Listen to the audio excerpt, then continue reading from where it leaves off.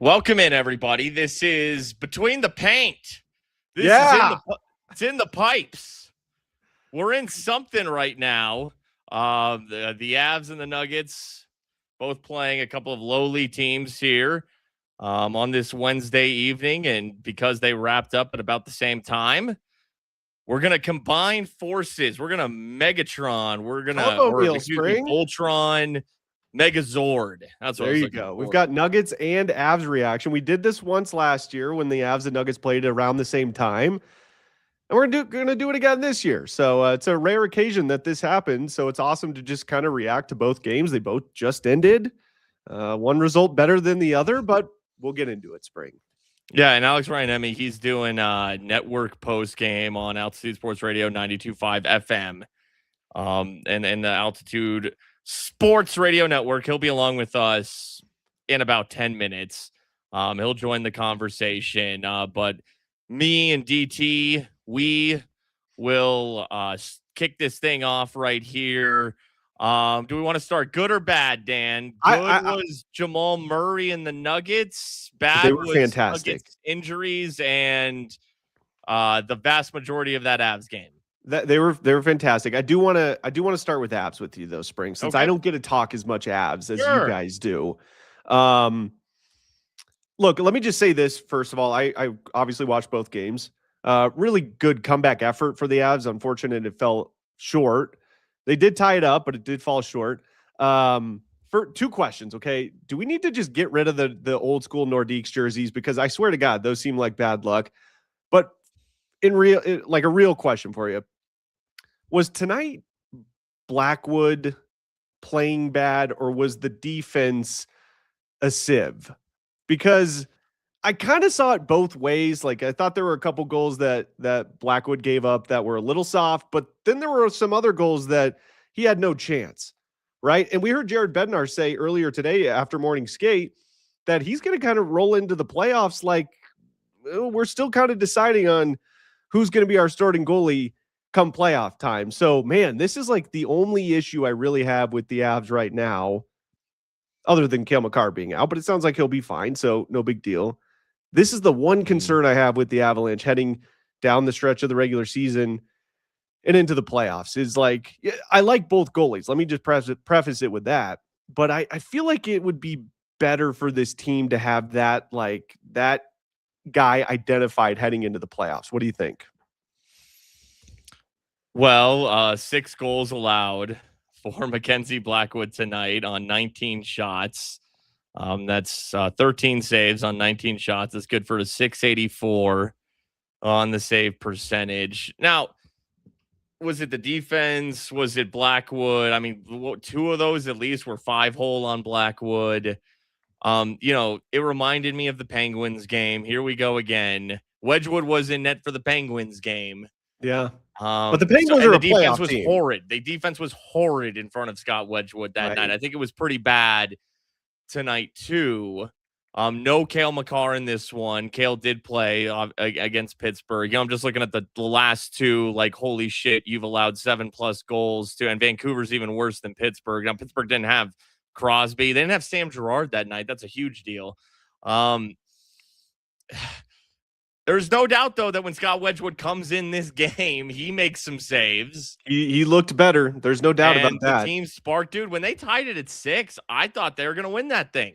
Well, they had all the momentum. The crowd was going nuts. You're getting contributions from your defensemen. I mean, Burns and Malinsky get the 5th and 6th goals. I mean, great. They were playing excellent. Like, they were buzzing. Like, it looked like, the Avs have locked in. The Avs are playing their A game.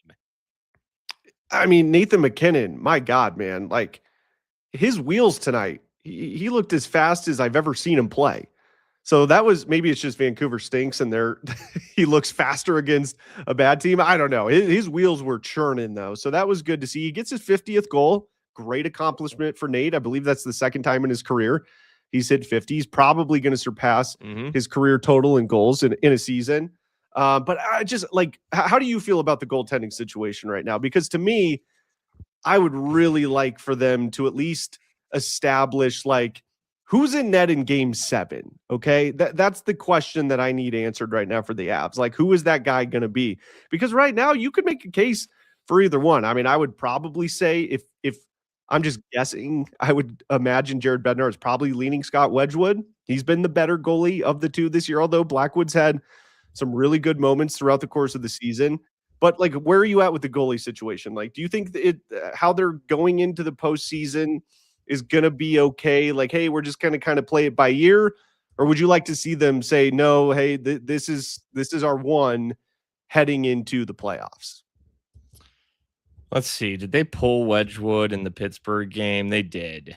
Yeah, They pulled him early. They pulled him early. Yeah, that's right, because they were going to play Dallas next. And they just said, screw it, let's get Scott Wedgwood ready for Dallas. I mean, they could have left Blackwood in there all night. They did come back and, get it 6-6. That to me was not just let's change the energy of, sometimes a goalie switch is just, hey, it's bad tonight. Let's just switch something for the sake of switching something. That almost felt like, no, dude, you're out. Like, you're fucking out. And you're throwing Kenny Powers in there, huh? Like, it was, that felt like a real one to me. So, I mean, Raj and I were talking last show. The Dallas game is, they slept against the Penguins and they play excellent against Dallas. And they slept today against Vancouver. They could easily go play excellent against Dallas on Saturday, do the same thing. But we were talking. Interesting that these both happen right before a game against Dallas. Are you looking ahead? Is there a looking ahead factor?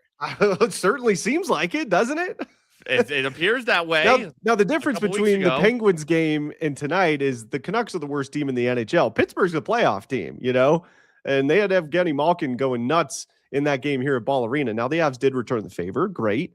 But that's what's a little concerning tonight is just Vancouver stinks, man. I mean, that team is awful. Now they've got some talent here and there. Okay. I'm not trying to dismiss them too much, but they're starting goalies out. They had their backup in tonight. I mean, he did give up 6 goals, so there's that. But I will say this, Spring, and this might sound dumb, but you almost forget just how important a guy like Cale Makar is until he's out of the lineup. When he's been so consistently in the lineup throughout the course of this season, like the guys on the broadcast mentioned it tonight, the Avs really struggled getting the puck out of their own zone tonight. That's what Cale Makar is. I think where he's maybe a little underrated or undervalued in some people's minds, not a lot of Avs fans, because I think most Avs fans understand that, but his ability to not only just get the puck out of the zone, but when he needs to use his legs to get the puck out of the zone is so incredibly valuable. And that was missing tonight. So look, I know Cale Bednar said today, Cale's only going to be out for a short amount of time. He'll be back for the playoffs. Good to go. Good news. But I was just watching that game like, wow, you almost forget just how damn important that dude is in every area of the ice. Yeah, that hurts tonight. He's underrated two-way. He's a good defenseman. Now they've had 4 defensive performances with him in the lineup this season, but you don't have him in the lineup. Well, now you're definitely playing Nick Blankenburg, who looked like a guy who'd barely played with this team. I mean, he's got speed, but now you're shifting everything around. And look, Brett Kulak, he's a -3 in this game. It's just there's a trickle down effect when you don't have Cale out there, and they haven't even really been playing Cale and Devon Taves together as often as they had been of late. But that helped. Brett Kulak was playing a lot with Cale. Almost primarily shield a lot of things. When you're playing with Cale Makar, that makes you look a lot better. You don't have Cale, you're a -3. Boom. Sorry, Brett Kulak. So you're probably not going to have Cale Saturday in Dallas. No, and they shouldn't. They shouldn't. And now you worry about, that decor. The only defenseman, Devon Taves you trust, Malinsky you trust right now. Manson and Burns are up and down. And then it's Kulak and Blankenburg. And, Mikko's playing in that game. It's in that building. That becomes, without Cale, you really worry about the defense. But, I mean, back to the goalies, we were thinking, were they going to give Blackwood, they've given him like multiple starts in a row, like 3 out of 4 recently. Felt like maybe they were going to give him this opportunity against Dallas, like a redemption, build him up. You could play him Vancouver, Dallas, but with that tonight, and again, not all of that is on Blackwood, but a couple of those 5-hole goals, and Yeah. you can tell that his, and maybe there's tape out on Blackwood, like go at that 5-hole, and just his demeanor's not great right now. You can sense it. You can just absolutely sense it with Blackwood. So I think you have to go Wedgwood, especially with Kale out. You got to go with a goaltender who could maybe win you this game. And right now, it's clearly Scott Wedgwood. I agree. I would go with Scott Wedgwood as well. If there's a game 7 in the playoffs, I would be starting Scott Wedgwood in net. Okay. Now, look, I don't want this to sound like I'm shitting all over Mackenzie Blackwood. He's had a really good year. I mean, if you look at his numbers, he's had a great year, but he has been struggling lately. And I agree with you. It looks like he's lost a little bit of his confidence. It almost reminds me a little bit of what Cam Johnson went through with the Nuggets this year, where we've seen stretches of him lose his confidence. Now, I don't think Blackwood's gone necessarily to the degree that Cam Johnson did. I mean, Cam Johnson was literally in tears in the locker room saying I'm not retired yet. I'm not done with basketball yet. We haven't gotten that from Mackenzie Blackwood. Well, what have both those players dealt with this season? Injuries. True. And getting into that rhythm. And, they tried forcing Blackwood of late, but I don't know. He just has not been able to get into that rhythm this year. Agreed. There's never been that consistency there with Mackenzie Blackwood, whereas Scott Wedgwood has been sort of their steady Eddie for the season. And that's why I personally would go with him right now. But I guess, do you think Bednar should make it clear before, I'm not saying right now, but before the playoffs begin, spring, do you think Bednar should make it clear, not only just to the fans, but to the locker room, like, hey, this is our guy in net heading into the playoffs. And, obviously if they need to switch things up, if Wedgwood were to struggle, I mean, I get it, but do you think they need to establish like, hey, Wedgie or Blackwood, whoever it is that he decides, he needs to tell the locker room, this is who we're rolling with going into the playoffs. And that's kind of what the plan is going to be. I don't think there's any way he publicly says anything. Okay. Fine. Do you think he needs to tell the locker room that though? Yeah. Maybe you could tell Scott personally. You could say, hey, dude, you're the dude. Just so you know, you could tell Scott. Like, you're our guy heading into the playoffs. You could tell the team. I do think Blackwood's still going to get starts. He is. And he should. And he should. I'm not saying he should. It's not even going to be like a Wedgwood is now getting like 80% of the starts. We only got a few games left. But Blackwood's going to get 2, maybe 3 down the stretch. They only have like 1 back-to-back left, even outside of back-to-backs. Like Blackwood is still going to get at least 1 start because they could need him. And he is a good other option. It's magnified because Wedgwood has played so well.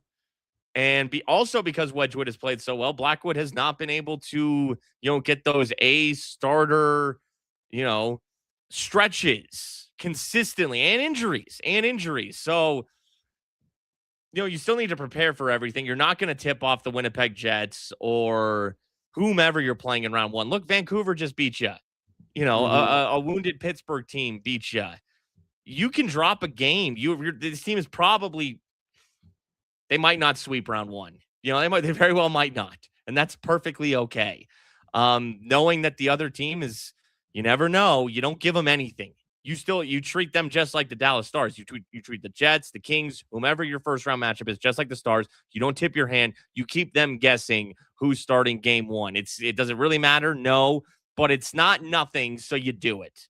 That's an interesting thought that I haven't thought of. I'm glad you brought that up. Okay, maybe tell the locker room. I don't know. You could. I don't even know if that matters. If you were to give Jared Bednar the true serum right now, it's got to be Wedgwood, right? It's got to be. Agreed. 100% agreed. I don't know if it's important to tell the locker room or not, like establishing that heading into the playoffs. Maybe he already has. I mean, who knows? But that is an interesting thought there, Spring, of like, why announce anything? Keep the opponent guessing. I actually kind of love that. Like why and tell? I think if Wedgwood Wedgwood's probably getting the start in Dallas on Saturday. That's kind of a little wink, right there. Because there's the 2 best. You're in the 2nd best team in the league's building. Right. And you're playing to win. Yeah. And so you're putting Scott Wedgwood out there just like you did in the last Dallas game. I really think that, the last two, like that, Wedgwood starting that Dallas game, Wedgwood in all likelihood starting on Saturday, makes it fairly clear. Now we'll get it confirmed on Saturday, but that will make it fairly clear. Oh, Wedgwood starting night one of the playoffs. Agreed. And, look, if the Avs can win that game in Dallas coming up, that's theoretically a 10-point cushion, and the Avs still have a game in hand. So if they win that game in Dallas, it's basically over, Spring. I mean, and as really. Raj has been saying, it is over. You can lose at home to Vancouver, and you're still 8 points clear with the game in hand. It's over. Okay, so fair. I still let's see what Dallas has tomorrow/Friday. They do have a really tough schedule for the rest of the year, so that is just lost to the Bruins. I mean, the Stars, Boston's better than Vancouver, but they had a chance to cut in, and they did not do that. Absolutely. So look, I would. Marty Netchis is going to be interesting. Obviously, it was good to see him come back after getting got a little banged up into the second. Good to see him come back. It will be interesting to see if they just hold him out for precautionary reasons against the Stars coming up on Saturday. But, look, I'm right there with you guys. I'm just not quite ready to say it's officially over. If they beat Dallas on Saturday, it's over. I mean, there's no question about it. You can rest Nathan McKinnon. You can rest everybody, that would be the benefit of kind of going all out on Saturday against Dallas. If you win that game, hell, even if you get, into overtime and win, even if you get that 1 point separation, it's over. So I would expect the Avalanche to go full throttle against the Stars. And if they're able to do that, then they can cruise into the playoffs, get guys healthy. Don't have to worry about bringing Cale Makar back earlier than you would like to. I'm in the camp of just don't play Cale Makar until the playoffs start. But Bednar said today that's not going to happen. But we'll see. We'll see what happens. But look, it was a weird seeing the Canucks, the worst team in the league, score 8 goals on the best team in the league. But this team has been so good all year. They bounce back. They bounce. Let's see what Dallas looks like. Just like they bounced back from the Penguins game, and they lose in a shootout to Dallas. Without Gabe Landeskog, who, my goodness, is it good to have him back. Holy crap. He's so important. Getting net front. Getting a little physical when the Avs were trying to come back in this game. They'll be just fine. But not having Cale on Saturday, I mean, now, you win without Cale in Dallas. That's a statement. That's a freaking statement. And you're going to need a goalie to help you out in that game. And hopefully Wedgwood is that guy, and he does that. Dallas hosts Winnipeg tomorrow night. Look, man, Connor Hellebuck, those Jets are a little feisty. Dallas had lost 4 in a row recently, just lost in Boston. Like, Winnipeg could go get that thing. They certainly could. And I'll tell you this. Hilarious. I mean, like, looking at the possible wild card team, the possible first-round matchups for the Avs spring, I mean, you got Utah, Nashville, LA, and Winnipeg, theoretically. In San Jose, and the West is so weird this year. The wild card positioning, I mean, there is still, St. Louis theoretically could still get a wild card berth. I don't think they will, but they're Jets are just 1 point back of Nashville. They need that thing tomorrow night. And Hellebuck's playing out of his mind right now. So, you can go lose to Vancouver and, go Winnipeg Jets tomorrow night. And Dallas is going to be like, oh, shit, we got absolutely no ground on Colorado. And they lost to the fucking Canucks. And we couldn't do anything. The Jets would be the team that would make me most nervous for a first-round opponent against the Avs because of Connor Hellebuck. Look, this is why I predicted the USA to win the gold over in Italy, is because when it comes down to it, I always go with the goaltending. When teams are pretty evenly matched, I always say, who's got the better goaltender? It's kind of the same in the NFL. Like, when you've got evenly matched teams, who's got the better quarterback? Now, as far as the rest of the roster goes between the Avs and the Jets, the Avs roster is clearly, of course. Yeah, no, the Avs are winning that series, if that's what it is. But we all know, just like a pitcher in baseball, an ace pitcher in the playoffs in baseball, they can win you a series. A hot goaltender, we've seen it before many times in the NHL playoffs. A stud goalie who's on fire, who's on his game, they can steal a series. We've seen that happen with Jean-Sebastien Jaguar between the Ducks and the Red Wings when they were the 8 seed. Detroit was the 1 seed. So we have seen this happen before. So my point being, that's what makes me a little bit nervous about Winnipeg, okay? Sure. I still think the Avs win that series, but my God, dude, LA, Nashville, or Utah, I think the Avs sweep in a landslide in the first round. And so, that's what Dallas has next, is that same Winnipeg team that has that hot goalie. But if Dallas wins that game, which they should, even though Hellebuck's playing well and Winnipeg's feisty, Dallas should still win on their home ice.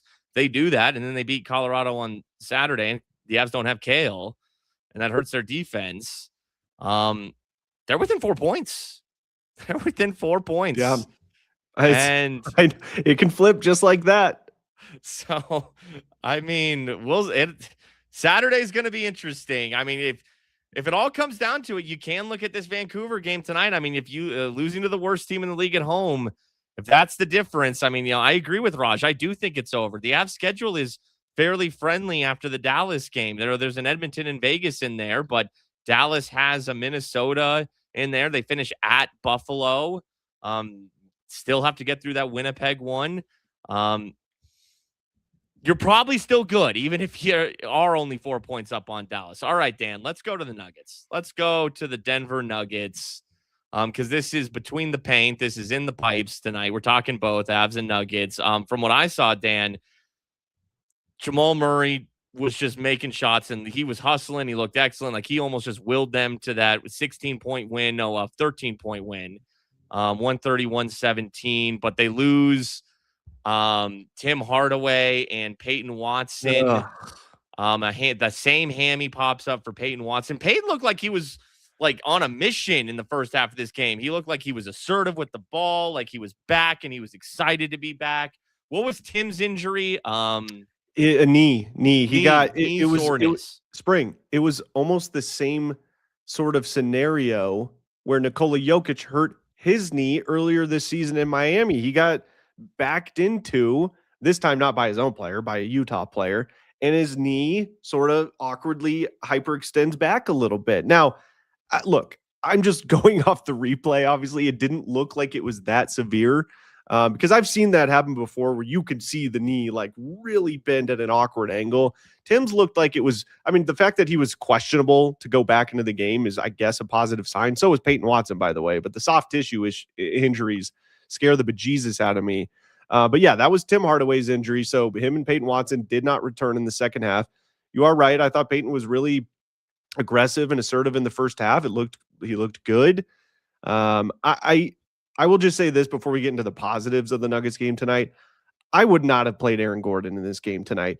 I wouldn't play Aaron Gordon for the rest of the regular season. I've been saying this for months now. I don't care if the Nuggets get the 6th seed, okay? They're already guaranteed at least the 6th seed. What matters the most to this team is having them as healthy as humanly possible heading into the playoffs. Look, right now the Lakers are in the 3 seed. Now, theoretically, the Nuggets could still get the 3 seed. In fact, I think the Lakers play in OKC tonight.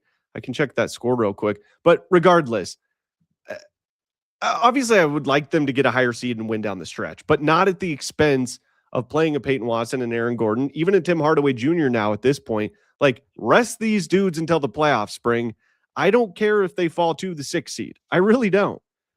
I want them as healthy as possible heading into the playoffs. If they're as healthy as they can be and they're the 6th seed, I still think they have a chance to at least get to the Western Conference Finals. I think have a chance to overtake San Antonio or Oklahoma City if they're healthy, even as the 6th seed. I don't care about home court advantage. I think home court and home ice advantage in the NHL and NBA isn't what it used to be. It still is an advantage in the NFL. That does matter. I don't think it matters nearly as much as it used to in these sports. We see road teams win series all the time. So that would be kind of my first thoughts of tonight's game. Aaron Gordon didn't look great, to be honest with you. He had no explosion spring. I would sit his ass until the playoffs. What do you think? Look, I mean, I will say I am always, and if they are hurting, if they are not close to 100%, but they could play, but they really shouldn't be. But you need them because you need wins. Then yeah, sit them. Always sit them. because health is the number one thing. It's crazy though, man. Like, I was shocked Aaron Gordon how played tonight. can Aaron Gordon play several consecutive games without pulling something? And I don't want to sound mean. I love Aaron Gordon. Like, he is an amazing player, but I like what I was able to watch of the game. Like, AG, he only plays 20 minutes. He was barely out there. What I was watching, I was always like, "Where's Aaron Gordon? Where's Aaron Gordon? No, he's not on the floor." Clearly managing. He only plays 28 minutes. Clearly managing him tonight. Only 28. That's way too many. Sure, I wouldn't have played him at all. But if you are going to play him, I mean, I would have kept it at 20 max. You know, in spring, I'm telling you, like. There was a defensive. So the Jazz had a possession tonight that really stood out to me. They got a turnover and they were in transition. And Aaron Gordon, who is a great defender, and he's a very good transition defender as well. I can't remember who the Spurs player was, but he's driving down the lane. It might have been Ace Bailey. He was driving down the lane. He's going in for a layup. Aaron Gordon's actually ahead of him on the court. Healthy Aaron Gordon chases that dude down and at least attempts to block the shot near the rim. Mm-hmm. Aaron Gordon, like, basically just jogged and gave up. That told me, like, he does not trust his body right now to make those explosive plays. And it's like, golly, I mean, if he's not able to do that, you're missing what makes it one of the things that makes Aaron Gordon so impactful for this team on both ends of the floor, by the way. It wasn't just his defense. It was on offense. You could tell there was a lack of explosion there too. So I don't know, man. I was shocked he played tonight. I don't think he should have played. I don't think he should play for the rest of the regular season. Now, with Peyton Watson, he shouldn't play the rest of the regular season. We'll see what Tim Hardaway is, but especially those hamstrings, those soft tissue injuries. Oof. They're so easy to re-injure. I don't think they should risk it. The calf's worse than the hammy. They're both awful because the calf is connected to the Achilles. And it was in the finals last year. Halliburton hurt his calf. And same thing happened to Kevin Durant when he was next with thing you know, Warriors. he's playing on a sore calf. A few games later, bam, torn Achilles. Yeah. So I'm with you. I didn't like the decision. Was it from a Adelman decoy because they didn't need him? You're playing the Jazz, and credit to the Jazz. Filipowski is a good player. And Sensabaugh is actually a good little player. You mentioned Ace Bailey, who didn't have the best night, but has been playing well for the Jazz. But come on. Yeah. If you needed Aaron Gordon to beat that team, and I know that the Jazz have scared you of late, but even those are embarrassing. Like, why is he even playing tonight? Why are you not getting him ready for, a much tougher opponent on your home floor where you want dudes to play if they're available in the Spurs on Saturday? Yeah, and dude? Hey, boys. How we doing? What's going on, man? Hey, man. Dan, tell me that the Nuggets fared way better against their shitty opponent than the Avs did against, Vancouver came in and scored 8 at Ball Arena. Well, okay, on the scoreboard they did, but Spring and I were just talking about, dude, I was shocked Aaron Gordon played tonight, first of all, okay? Raj, I don't think he should play the rest of the regular season. I was just telling Spring, I don't care if they get the 6th seed. Now, do I want him to get a higher seed? Sure, but not at the expense of playing a guy like Aaron Gordon. Now we've got Tim Hardaway and Peyton Watson, who both left the games with injuries, and Peyton Watson's was a hamstring that he just missed about 2 months, healing and rehabbing. We'll see how that goes. Tim Hardaway had sort of the same thing that happened to Nikola Jokic earlier this year in Miami, where his knee kind of hyperextends backwards. So that sucked, especially at this point of the season. But the game itself, I mean, Jamal Murray was fantastic. Spring was just talking about that. He was electric. He has been so freaking good this year for this team. He has been, if he doesn't make an all NBA team this year, that would be ridiculous. So great win, 10th win in a row, by the way, guys, over the Jazz. That going to Utah used to be a house of horrors for this team. Now the Jazz stink, so I get it. Okay. They're fighting Kyle Filipowski's now. Filipowski's actually played the Nuggets really good in every game this year. He has been awesome for them, especially against the Nuggets. But yeah, the injury stuff scares me. Raj, would you have played Gordon tonight? If you're the head coach of the Nuggets, would you play him for the rest of the regular season? I mean, after you saw what happened tonight with those two players leaving, the answer is no. I was screaming it for the past couple of days that I thought you should have gotten on the flight without Jamal, without Nikola, without any one of your starting 5 or your 6th man off the bench and just went, hey, fellas, we're going to do it like 7 freaking dudes did it a couple of seasons ago. At this point, the wins don't really matter. I know you're not locked into the 4, but you're kind of locked into the 4. You're certainly not overtaking LA. Now, you can fall into the 5 and 6 if everything goes against you and everything goes Houston's way. Dude, I didn't want any one of them on the flight, let alone starting. I think that's a huge mistake. What does the momentum or the win against Utah do for you 2 weeks from now? I don't care if they're the 6th seed. They're already locked into at least the 6th seed. Okay. I've been saying this for months now. And people are like, no, they got to win. They got to get a higher. No, they don't. No, they don't. Home court doesn't matter nearly as much as it used to. Home ice in the NHL, in my opinion, doesn't matter nearly as much as it used to. We see road teams win series all the time. I was just telling Spring this. In the NFL, it does still matter because the crowd noise, communication, all that. What's important for the Nuggets right now is health. I don't care if they're the 6th seed. I don't care if they have to play the Lakers in the first round. They've beaten the Lakers' ass in the playoffs over the last couple of years. The Lakers don't scare me. Like, I would pick the Nuggets to win that series as the 6th seed versus a 3 seed Lakers team. So I'm with you. Like, at this point, I mean, shut it down. That's kind of where I'm at with this team. Maybe they've been trying to win, and maybe there's that sense of like, trying to get that seeding of like, okay, well, got to get Aaron Gordon back. Got to get Peyton Watson back. Look what happened when they came back. Boom. Like lickety split, both of them.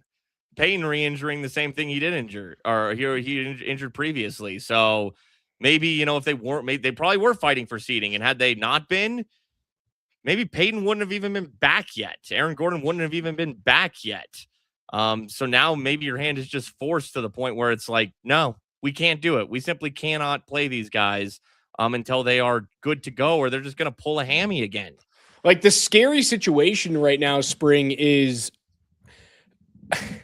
this just one of the years where they're simply not going to be healthy, where even sitting them out for these games doesn't matter, where you bring them back in the postseason and the same thing happens in game 2 against Houston or Los Angeles and Peyton Watson hobbles off with a hamstring injury? Like, you might be in that situation where the soft tissue is so, like, it needs months off. It needs like the whole off season to get back to normal. That's that really sketchy situation that the Nuggets might be falling into.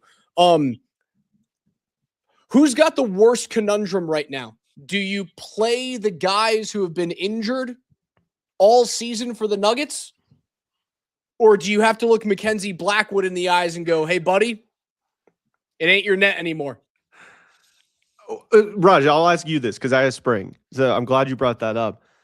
Do you think Jared Bednar, he doesn't have to tell the fans, he doesn't have to tell the media, but do you think Jared Bednar needs to tell the locker room, like not even right now, but before the playoffs start? Do you think the locker room needs to know, like, hey, either Blackwood or Wedgwood, I think it's going to be Wedgwood, but either one of those guys is our guy heading into the postseason? Yeah, I think they'll know. You'll have those conversations. Spring and I have been talking a lot on the pod recently about how, like, since they've gone AB 1-2-1-2 the whole season, why not try that in the playoffs? But we've also been very, very sobered up to the fact that, like, Colorado is giving Blackwood every chance to win the job. And he's been fine this year. He just hasn't been Scott Wedgwood. And we saw it tonight. Were the Avs horrendous in front of him tonight? They were god awful in front of him tonight. But what happened when you put Wedgie in? They woke up. They started playing good hockey for 20 minutes, and they tied the game up with 7 minutes to go. Right now, they're playing better in front of Wedgie. Wedgie is playing better behind them. I think that they've given Blackwood the chance to win the job back going into the postseason, and he just simply hasn't done it. I don't think it's a controversy, but yeah, I agree with you. I think Bednar is going to let the boys know this is your guy going into the playoffs. Now, if Wedgwood falls flat in his face and he has some bad postseason games, I'm very comfortable going back to Mackenzie Blackwood because of how well he played in the series last year against Dallas. He wasn't the reason why he lost. Well, we're all starting Wedgwood game 7, right? Are we all in agreement? Right on that? Right we're now. Starting Wedgwood in Okay. any important game right now. Oh, yes. He's my Agreed. starter right now. But Blackwood was just as bad as the team in front of him tonight, Spring. Sure. Yeah. No, I didn't like the 5 holes that he was beaten on, and his demeanor is just not great right now. And I think maybe if he was in a situation where he was getting, where there wasn't anybody else there and he would struggle a little bit, but then give it a couple weeks, he'd come into form a little bit. He didn't really have that luxury right now because Wedgwood's earning a ton of starts. And I don't think that, would it be tough for Bednar to say, "Hey, sorry, Mackenzie, we know you got hurt you're coming back from off-season surgery and you got hurt again in the regular season, just didn't go your way. But Wedgwood's the guy, and be ready, stay ready." That's fine. Jared Bednar can have that conversation. Like, that's no problem. I think it's much tougher, going back to the question you asked Raj, for the Nuggets to look at it with 2 games against the Spurs and 1 against the Thunder and say, we simply cannot play Aaron Gordon and Peyton Watson, our 2 best defensive players, our 2 best two-way players in those games. You don't have those 2 players against the Spurs and the Thunder. You're going to give up 150 per game in those 3 games. Yeah, there's no Blackwood to back up an Aaron Gordon injury.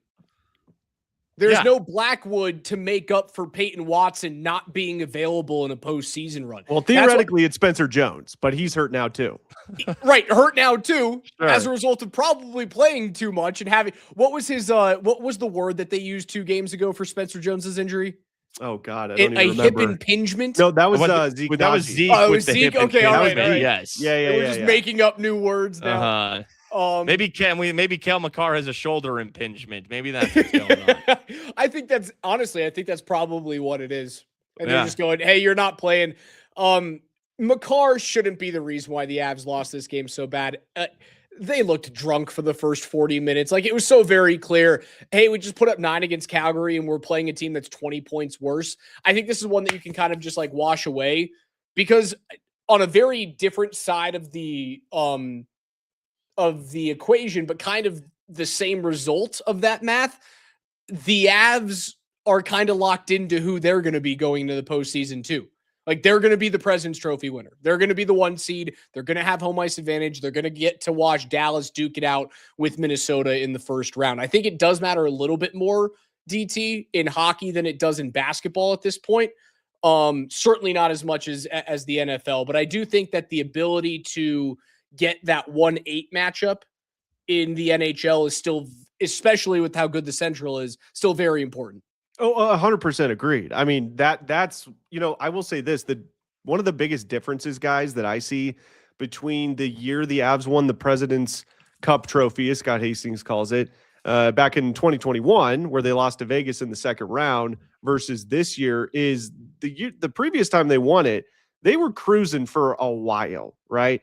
But this year's a little bit different because they've had Dallas right on their heels for months now. So I don't know. Like, to me, it seems like this is kind of a good thing for the Avs to happen at this point in the season and kind of reset heading into the playoffs. Still have to play competitive hockey.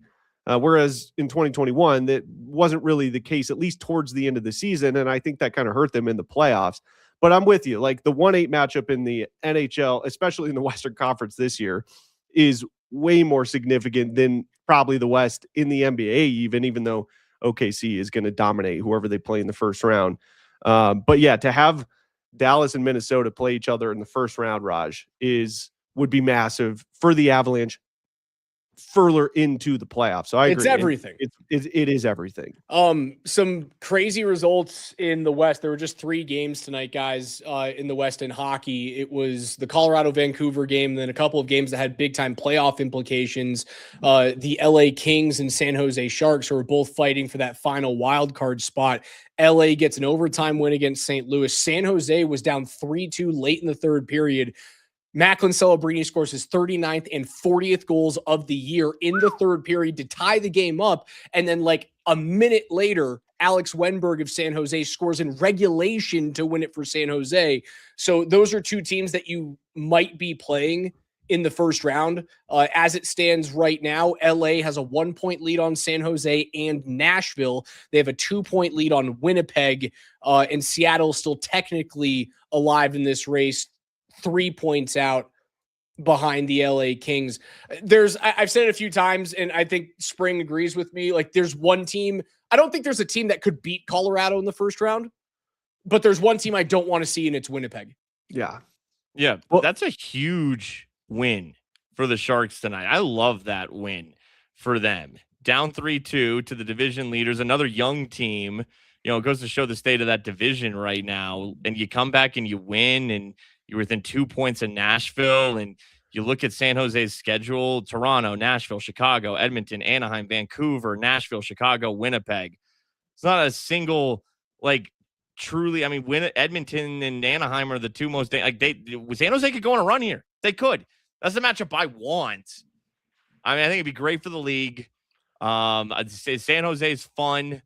I'd love to see it. I'm not ruling them out. And yeah, I'd love to stay away from Connor Hellebuck too. I see no universe where the Avs are losing this first round series. If the Avs lose this first round series, well, that means that both goaltenders have played in that series because somebody has fucked up.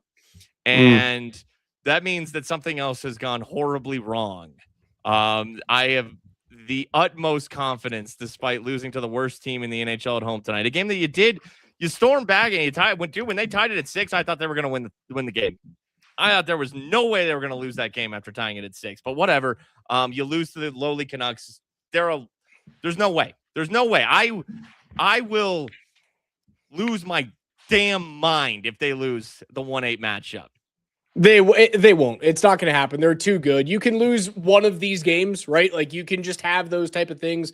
I thought it was weird tonight being in the building and hearing I don't know if the cheers were like vicious toward Blackwood. When Blackie got pulled after 6 goals and Wedgwood went in, heavy cheers. And I don't know if it was a Bronx cheer against Blackwood or if it was a fan favorite in Wedgwood getting back into the net.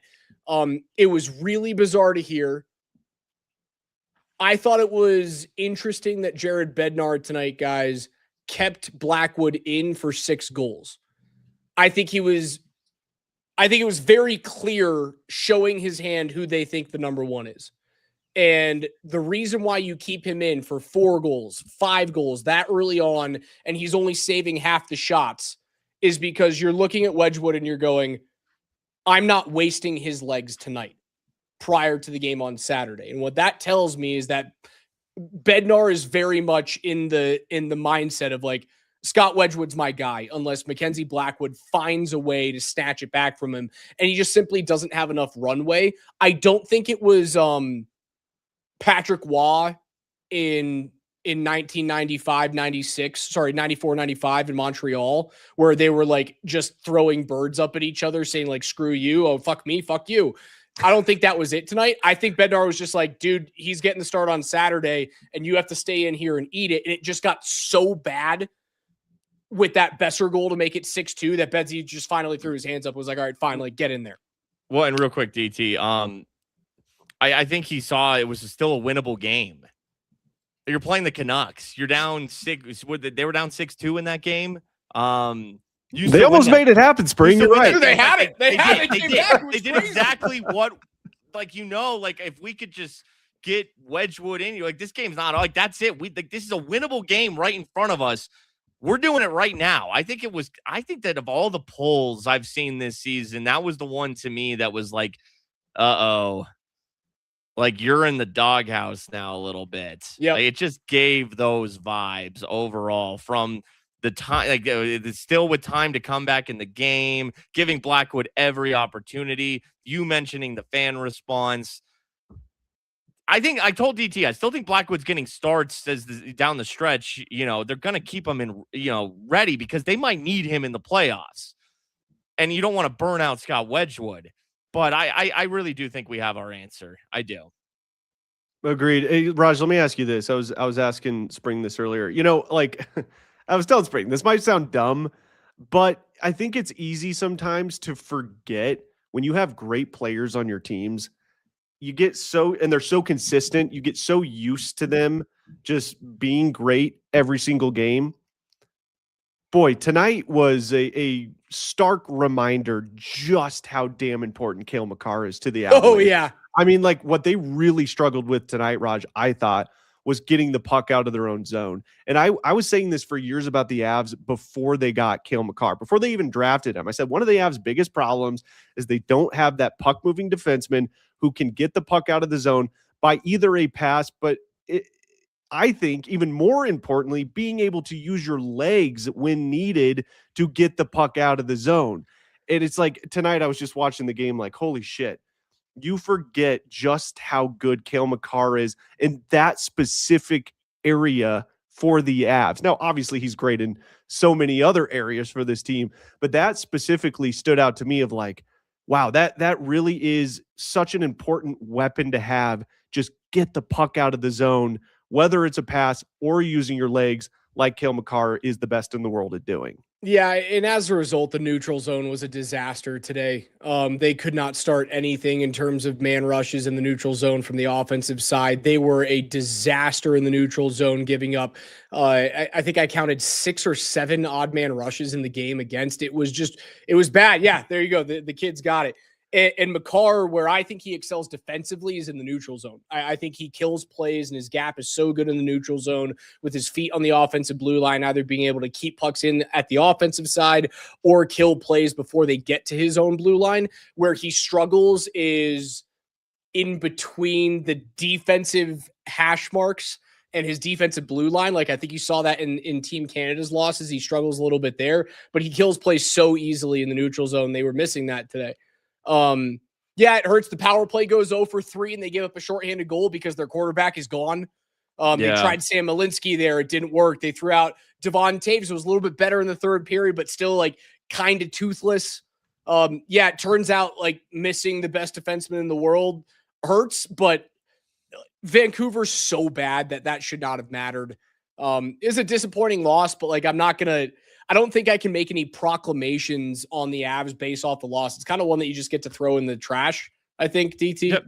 Dude, I don't feel any differently about the Avalanche after this loss as I did before. Other than the goalies. Yeah, but even then, like I still have full confidence in Wedgwood. I think, like Spring has mentioned, I think Blackwood will play in the playoffs, and I think he can perform well. So I don't know. Tonight was just a really odd game. Like they actually had like really good chances on offense in the offensive zone to start the game. Like their legs were churning. I was telling Spring earlier, dude, his legs were churning tonight. That was one of the fastest games I've ever seen him skate in. It felt like to me, maybe the Canucks just suck and they're super slow. I don't know. They're very bad. Yeah, well, they are terrible. Their roster is depleted. But I don't know. Like I just don't feel any different after tonight's loss to the Canucks as I did before tonight's game. I think they're going to be fine. Yeah, they bounced back from the Penguins. This reminded me of the Penguins game, except, the Canucks are even worse, and the Avs juiced it up in the third. It was too little too late. I mean, you come back, you tied at 6. Great. Here's the bad karma. You let up 6 to the Canucks. You deserve to fucking lose. Even though you kind of deserve to win. Because, you were buzzing. Like, you're the way better team. You've tied it at 6. Nope. Hockey gods said that's what you get. Little bounce way wide, gets Wedgwood, and then the empty netter. That's all that Wedgwood allows. That's just the hockey god saying, no, you don't deserve to win this game tonight. But they bounced back against the Penguins, against this. Maybe they're looking ahead to Dallas. Because maybe they were doing that a couple weeks ago. So they responded and played very well against the Stars after laying an egg against the Penguins. They have every ability to do the same thing on Saturday in Dallas, but they won't have Cale. And I do worry, I told DT Raj, I do worry about the defense without Cale, in that building. Yeah, I mean, it's why you got to go with Wedgwood, because you kind of need a goalie to bail you out a little bit. 100%. It's going to be a little suspect without Cale. It really is. Again, I think the reason why I was so down on, and again, the team was so bad in front of him, but the reason why I was so down on Blackwood tonight is because you very clearly didn't have it in the first period, but like that first goal can't go in. Like it's such a bad 5-hole goal. It is soft. It hits your paddle. It hits your pad, and then it goes in. If you don't give up that goal, you can kind of be stuck in the mud for a little bit.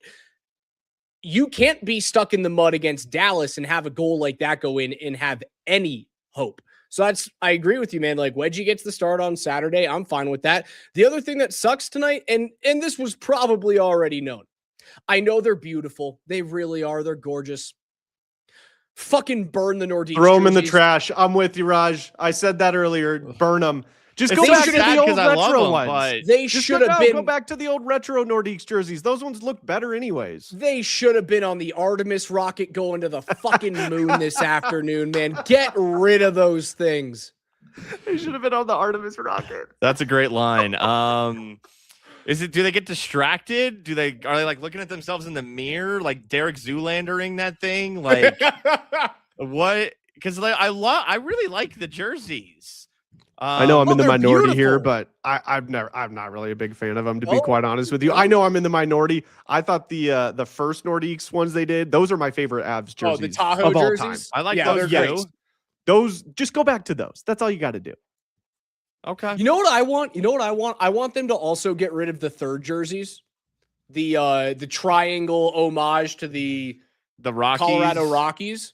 I think those have kind of like They've been wearing them a lot. Like those have been their division rival jerseys. Right. I like them. And I think I'm in the minority on that one. I think it's a fine jersey. I'm just kind of over it, and I want them to. If you're gonna give me a throwback, give me those burgundy Colorado diagonals. I want to see those for a year. Those would be good to come back. Yeah, those things Yes. are sweet. The Nuggets did it with Mhm. their black skylines. They did it this year. Those are like my favorite Nuggets jerseys ever. Great jerseys. A great jersey. They went back to it. So the Avs can do the same thing. And you know All what right. they do? You know what the Nuggets do too? They realize when they don't have a good jersey. You know what they got rid of immediately? Those ridiculous red jerseys that they The red. had. Yeah, I Yeah. knew that's what you were going to say. Like the Nuggets got rid of, and they also got rid of the ones that they did. It was kind of like Frankenstein's monster of all of the Nuggets jerseys in the past, and it was like the old Maxi with the Denver grid logo coloring and the rainbows. They wore them for like 4 games. They went, yeah, never again. Don't need these things. Mm-hmm. Yeah, totally. All right, guys, before I get out of here, I'll let you finish up. I do want to just give some shout outs for the Nuggets here. Okay. Positives from tonight's game. Cam Johnson. I mean, it was just over a month ago, guys. He was literally crying in the locker room after they lost to the Timberwolves at Ball Arena. Okay. He has been on a tear. His confidence looks up. I have been so impressed with how he's asserted himself back into this lineup after dealing with injuries, by the way. So huge shout out to Cam Johnson. I have a lot of confidence in him for the rest of the regular season and heading into the playoffs. He looked great again tonight. Christian Brown has been playing his ass off over the last couple of weeks. It's kind of been an interesting thing to see. Him and Cam Johnson have both elevated their games at basically the exact same times. I think Christian Brown is finally healthy again. I don't think he was fully healthy even after coming back a second time. And the last shout out I want to give out, Jonas Valanciunas had a really good game tonight. Welcome back, Jonas. He has Yeah. not been playing much. He started the second quarter and the fourth quarter like he had been previously earlier on in the season until Adelman went to the small ball lineup. So huge shout out for Jonas Valanciunas staying ready. Look, I don't know if they're going to use him like they did tonight for the majority of the playoffs. I think it's going to be more matchup dependent, but he stayed ready. And I thought he was great tonight. And boy, would it be nice to have him playing well in the playoffs just for the sake of giving Nikola Jokic, 2-3 minutes more of rest per game. I think that'll be really beneficial. So big shout out to those 3 guys who have had rough stretches throughout the season, but have played really, really well, especially Cam Johnson and Christian Brown. They have been on fire over the last really month of the season. So it's been great to see them have success. Yeah, I didn't quite understand. I mean, I guess I kind of did why they hadn't been playing Jonas of late. I mean, again, I get it. The defense had been struggling. Small ball defense had been better, and Jonas is a little bit of a stiff. But I don't know, man. He's really solid.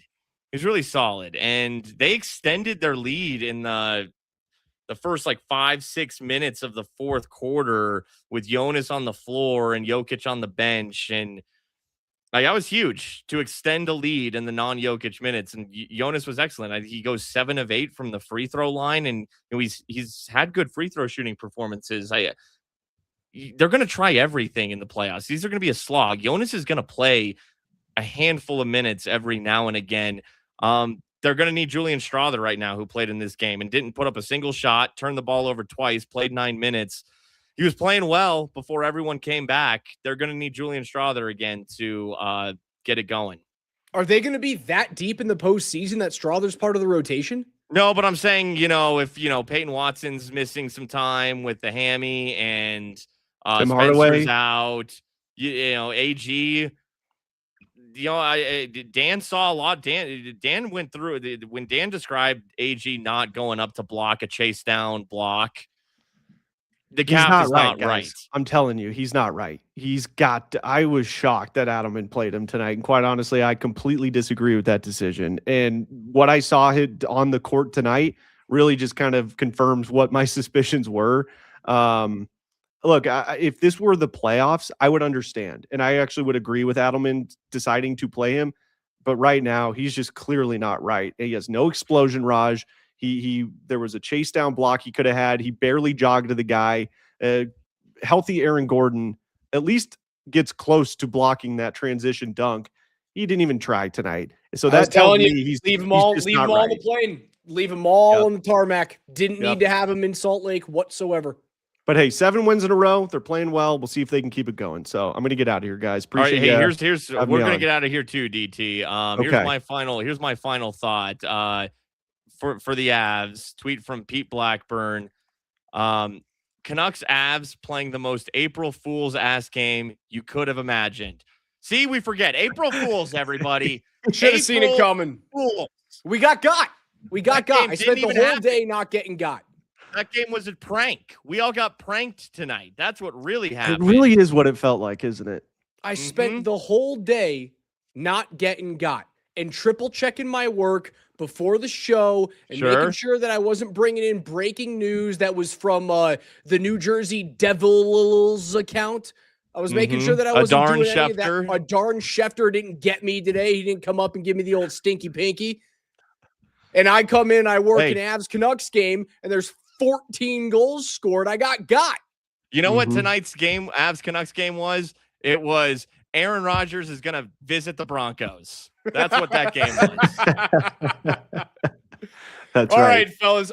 Thank you guys for hanging out with these two jokers for the first couple of minutes before I hopped in. But we should do this more often, Dan Tanner. It's good to see. Yeah, it's only once or twice a year we have the chance to do dual Avs Nuggets post game shows. Honestly, I think don't we have the opportunity we're doing to do it on Saturday, right? Well, there you go. That'll be our second time this season. Like a mega Nuggets Spurs Avs Stars. Let's go.